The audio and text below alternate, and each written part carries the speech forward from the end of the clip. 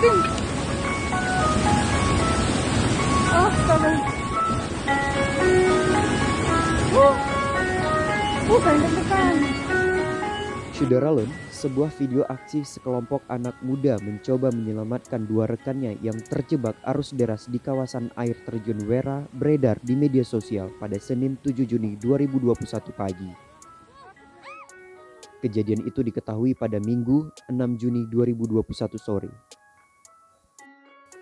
Dalam video berdurasi 29 detik itu, tampak 4 orang pria saling berpegangan tangan di salah satu sisi sungai.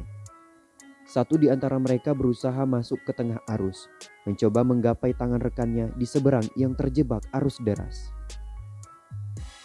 Kedua rekannya yang terjebak arus deras itu mengenakan kaos berwarna hitam, satu mengenakan celana pendek, dan satunya mengenakan jeans. Belum diketahui identitas sekelompok anak muda tersebut. Beruntung, kedua anak muda itu selamat dari arus deras itu.